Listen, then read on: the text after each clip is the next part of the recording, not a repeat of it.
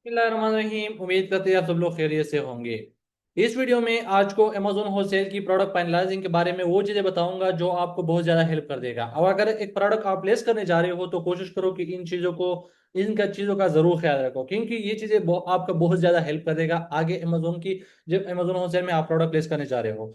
तो सबसे पहले आपके पास होना चाहिए कि जब आपका अकाउंट न्यू है तो कोशिश करो कि आपकी सोर्सिंग जो होना चाहिए वो डायरेक्टली फ्रॉम ब्रांड होना चाहिए, ना कि किसी डिस्ट्रीब्यूटर से, होलसेलर से होना चाहिए।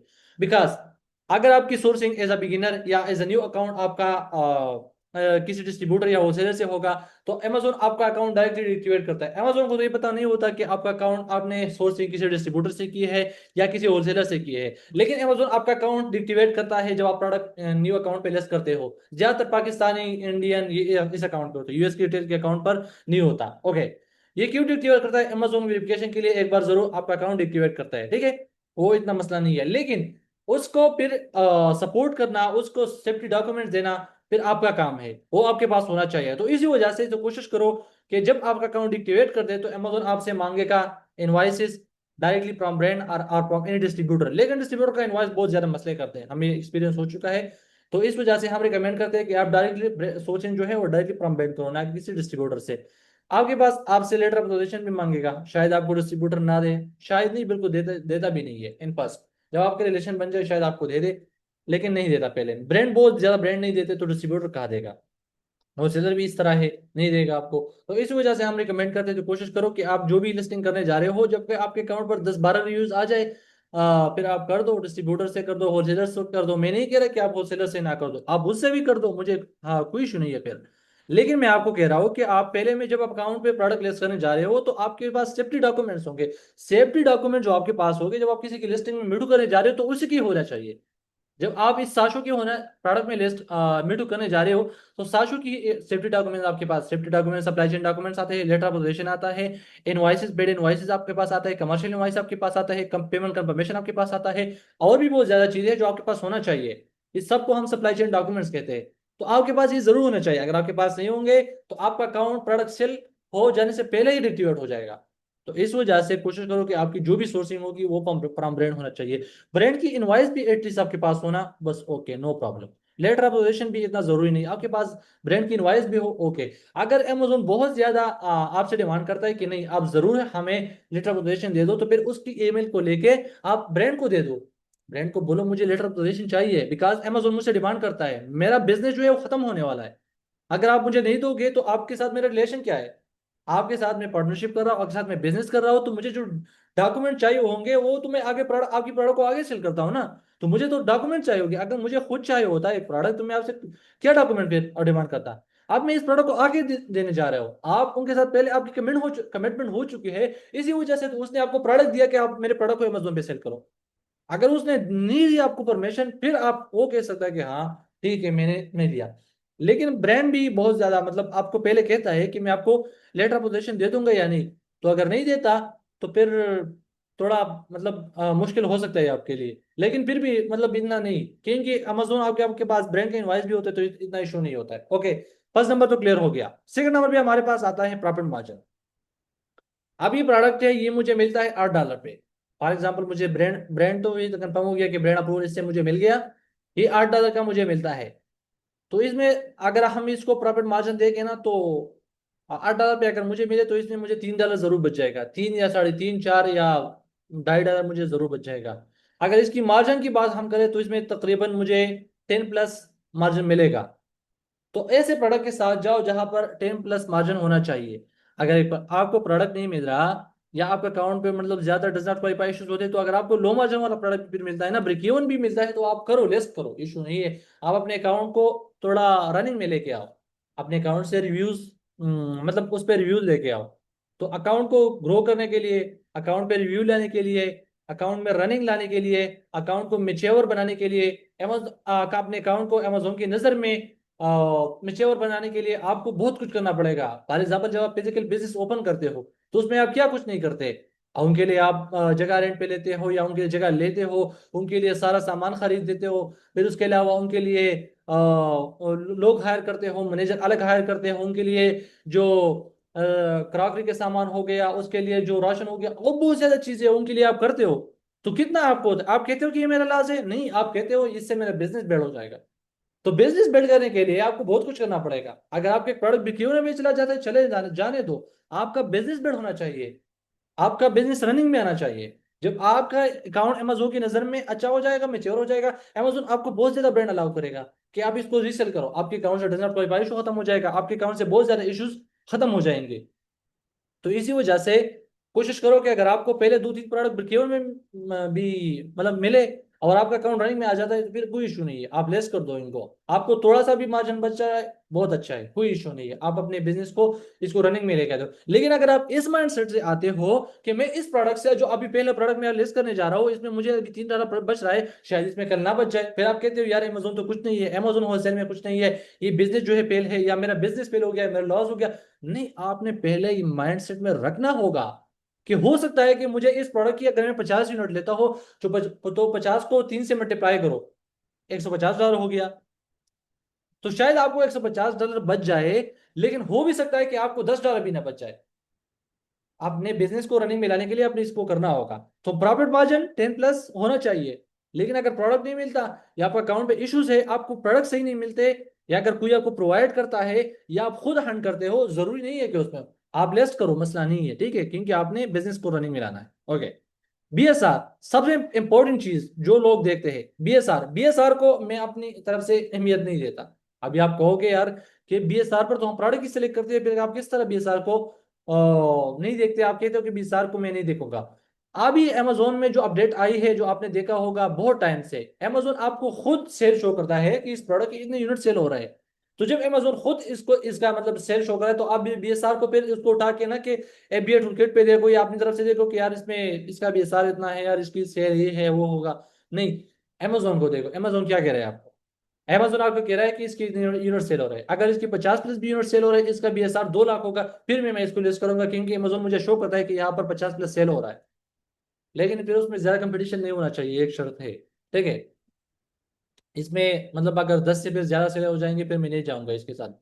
वो भी उसमें और भी चीजें हैं कि अगर एमओक्यू ज्यादा होगा, तो फिर मैं उसमें बात कर सकते हो क्या इसके एमओक्यू बहुत ज्यादा है, तो फिर उसके साथ हम नहीं जा सकते। उसके अलावा हमारे पास आता है प्रॉफिट मार्जिन, तो हमने डिस्कस कर दिया। कीपा की बहुत इंपॉर्टेंट चीज है, टूल है, तो आपने इसको भी समझना होगा। तो कीपा को कोशिश करो कि जो यहाँ पर जो प्राइस चार्ट आ रही है, यहाँ पर देख लिया करो। अगर इसमें फ्लक्चुएशन, फॉर एग्जांपल इसमें फ्लक्चुएशन पे जो तकरीबन 1 घंटा क्लास में ले सकता हूँ, क्योंकि बहुत इंपॉर्टेंट टॉपिक है, इसको समझना मतलब बहुत मुश्किल है। लेकिन मैं आपको तो कोशिश करूंगा कि जल्दी जल्दी और इजीली समझा सकूं। फ्लक्चुएशन को आप इस तरह देख सकते हो कि फॉर एग्जांपल अभी ये जो प्राइस है ना, बहुत अच्छा प्राइस है, मतलब इसकी जो प्राइस है ना कंसिस्टेंट है, कोई इशू नहीं है। कोशिश करो कि आप 3 महीने की देखो, 1 मंथ की देखो। फॉर एग्जांपल अभी मैं अगेन वही आपको फिजिकल रेस्टोरेंट की एग्जांपल दे दूंगा। अभी ये शायद हो सकता है कि आपने रेस्टोरेंट नया ओपन किया है, वो बहुत अच्छा चल रहा हो, लेकिन हो सके कि वो अगस्त के महीने में या सितंबर के महीने में अच्छा ना चल सके, या उसकी प्राइस अप डाउन हो सके। तो आप फिर उस पे कह सकते हो कि यार ये हो सकता है, तो आगे भी मतलब और भी इस तरह खराब हो सकता है, जरूरी नहीं कि वो खराब हो जाए। यहाँ पर सही है, तो ये जरूरी भी नहीं है कि ये इस तरह चले, शायद हो सकता है कि कम हो जाए, हो सकता है ये 22.9 पे सेल हो रहा है, हो सकता है कि 25 पर चला जाए, हो सकता है। इन फ्यूचर को सिर्फ अल्लाह को पता है, आपको कुछ भी नहीं पता, अमेजोन वालों को भी पता नहीं है कि प्राइस डाउन जाएगा ऊपर जाएगा। अब एक बंदे की खुद की लिस्टिंग है, उनको तो पता होगा कि मैं यार प्राइस इंक्रीज करूंगा या कम करूंगा। लेकिन जब आप मीटू कर रहे हो, दूसरे लोग आपके साथ कंपटीशन कर रहे हैं, तो आपने इन चीजों को देखना होगा। ओके। यहाँ पर है, कोशिश करो कि अगर आपको एक प्रोडक्ट में $5 प्रॉफिट बच रहे, फॉर एग्जाम्पल $5 एक यूनिट में आपको बच रहा है, तो अगर यहाँ पर $2-3 भी फ्लक्चुएशन होगी, फॉर एग्जाम्पल यहाँ पर, अब यहाँ पर ये 26 पे सेल हो रहा है, अगर मुझे 26 पे $5 बचता है, तो अगर मैं यहाँ पर देखो ये कितने पे सेल हो रहा है, 22 पे, तो 22 से 4 मल्टीप्लाई, सॉरी माइनस कर दो, तो 22 पे $1 बच गया मेरे पास। तो आप फिर खुद देखो, अगर आपको अच्छा लगता है कि यार ये प्रोडक्ट मेरे लिए मतलब मैं अपने अकाउंट को रनिंग में लेने जा रहा हूँ, या मेरे पास और भी प्रोडक्ट है, इसकी प्रोडक्ट की सेल अच्छी है, मैं इसको लेस करने जा रहा हूँ, मुझे मसला नहीं है, लेकिन मेरे अकाउंट पे ज्यादा प्रोडक्ट होना चाहिए, तो इसको आप कर सकते हो। लेकिन अगर फ्लक्चुएशन इस तरह हो सकता है कि यहाँ पर 26 आपको $5 बच रहा है, और यहाँ पर 20 पे आ रहा है, फिर 22 पे जा रहा है, फिर 24 पे जा रहा है, फिर तो हो सकता है कि आपको लॉस हो जाए। लेकिन अगर यहाँ पर इस तरह प्राइस जा रहा है, फिर कोई इशू नहीं है, मैं जाऊंगा साथ में। अब यहाँ पर एक और चीज को भी देखना होगा आपने, हो सकता है ये 3 महीनों में बहुत अच्छा चल रहा हो। अभी इसकी पास्ट ईयर को देखो, पास्ट ईयर में आप देखो इसकी प्राइस 27 पे थी, पहले भी उसकी थी यहाँ पर गई थी, अभी यहाँ पर आपको शो होगी, ये 30 पे भी गया है। यहाँ पर अगर आप वापस आगे 25.99 पे आ गया है, ये 25 पे आ गया है, फिर यहाँ पर 23 पे आ गया है, यहाँ पर 25 अगेन यहाँ पर ऊपर गई है। तो आपने फिर इसको भी नहीं देखना, इस जरूरी नहीं है कि पास्ट ईयर में खराब हो तो आगे भी खराब होगा। अभी अगर आपने 3 महीनों को देखकर आप डिसाइड कर सकते हो कि हाँ अच्छा चलेगा इंशाल्लाह।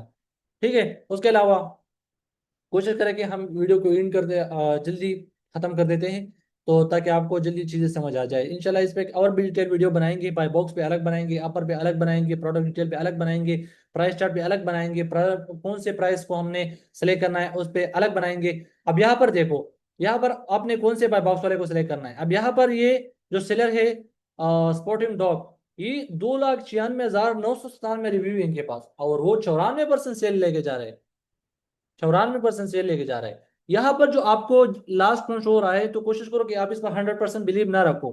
अगर 100% बिलीव इस पे रखोगे तो ये टूल है, इस पर आप ना रखो। इस पे आप इतना रख सकते हो कि इनके पास जो स्टॉक है रियल हो सकता है, लेकिन इस पे भी 100% बिलीव नहीं रखना। इस पे आपने 70, 60%, 80% बिलीव रखना है। ठीक है, यहाँ पर मेरे पास एक प्रोडक्ट था, उसकी सेल मुझे तकरीबन 2 दिन जरूर, 2 दिन बाद जरूर बाई बॉक्स मिला था। फिर आ, मैं जब उनका कीपा देखता था तो वो कहता था इसके उसको 10 दिन पहले बाई बॉक्स मिला था, 15 दिन मिला था। मैं सोच रहा था ये कितना गलत, मतलब हमें रिजल्ट दिखा रहा है। फिर मैंने कीपा पर मतलब बिलीव करना ही छोड़ लिया। मैं फिर कीपा भी बिलीव नहीं रखता। अब यहाँ पर जो है, ये आपको शो करता है कि 2 डेज अगो मिला है, 6 डेज अगो मिला है, 20 डेज अगो मिला है, 21 डेज अगो मिला है। तो इसलिए मैं बिलीव नहीं रखता, क्योंकि यहाँ पर 31,000 इनके पास रिव्यूज है, इनके पास भी स्टॉक है, इनका प्राइस भी सही है, इनको 4% मिल रहा है, इनको शायद ज्यादा मिलेगा। इनको अगर 4% मिलता है इट्स मीन इनकी इजीली 70-80 यूनिट सेल हो जाएंगे। 4% कम है, आप सोच रहे हैं कि 4% तो कम है, लेकिन उसको ज्यादा मिल जाएंगे, आपने इसमें ज्यादा बिलीव नहीं रखता। लेकिन यहाँ पर जो है 94% लेके जा रहा है, तो अगर मुझे ज्यादा मार्जिन बच जाएगा तो मैं कोशिश करूंगा कि इन प्रोडक्ट के साथ जाओ। लेकिन अगर मुझे ज्यादा मार्जिन नहीं बचेगा तो फिर मैं कोशिश करूंगा कि इस प्रोडक्ट को अवॉइड करो। क्यों? अगर ये सेलर के साथ मैं कल को प्राइस वार करो, $1 कम करो, $0.5 कम करो, 30 सेंट कर लो, 20 सेंट कम कर लो, तो हो सकता है कि मेरे साथ बाय बॉक्स, मतलब मुझे बाय बॉक्स मिले और ये भी मेरे साथ करे, इनके पास फिर अगेन बाय बॉक्स रहेगा, फिर मेरे लिए compete करना मुश्किल हो जाएगा। इस वजह से फिर मैं इन प्रोडक्ट को अवॉइड करूंगा। अभी मेरे पास $5 बच रहे हैं, $23 पे मुझे $4 बच रहा है, $22 पे मुझे 2-3 डॉलर बच रहे हैं। मुझे पता है मैं $1 प्राइस वॉर कर सकता हूँ, मुझे कोई इशू नहीं है। $1 प्राइस में कम भी कर लो, $2 में कम भी कर लो, फिर भी मुझे इशू नहीं है। मैं अपनी इन्वेंट्री को सेल करना चाहता हूँ, मुझे थोड़ा सा प्रॉफिट बचे, ओके नो इशू, मैं करूँगा, फिर मैं इस प्रोडक्ट के साथ जाऊंगा, बाकी मैं इस प्रोडक्ट के साथ नहीं जाऊंगा। तो कोशिश करो कि यहाँ पर ज्यादा बिलीव ना रखो कि यहाँ पर बाय बॉक्स रोटेट नहीं हो रहा है। इनके पास हो रहा है, ये मैं गारंटी से बता रहा हूँ आपको हो रहा है। लेकिन अगर नहीं है, अगर आप फिर भी कहते हो ये एसएन को कॉपी कर लो, आपके सामने हो जाएगा, मैं गारंटी से आपको बता रहा हूँ, ये एसएन कॉपी कर लो, यहाँ पर स्टॉक को देखो, और 6 दिन बाद आओ, सेम यहाँ से स्क्रीनशॉट ले लो, आपको पता चल जाएगा कि स्टॉक कम हो गया कि नहीं, आपको फिर पता चल जाएगा। इस तरह तो आप कहोगे कि यार ये तो फिर भी हो सकता है। आपर, आपर पे आते हैं। आपर में अगेन मैं वही कहूंगा, मैं ज्यादा बिलीव नहीं रखता। अगर यहाँ पर 673 यूनिट सेल हो रहा है, तो अभी मैं आपको बता देता हूँ। यहाँ पर अमेजोन शो कर रहा है कि आपकी 500 प्लस यूनिट सेल हो रहा है, यहाँ पर वो कह रहे हैं 673 यूनिट सेल हो गए।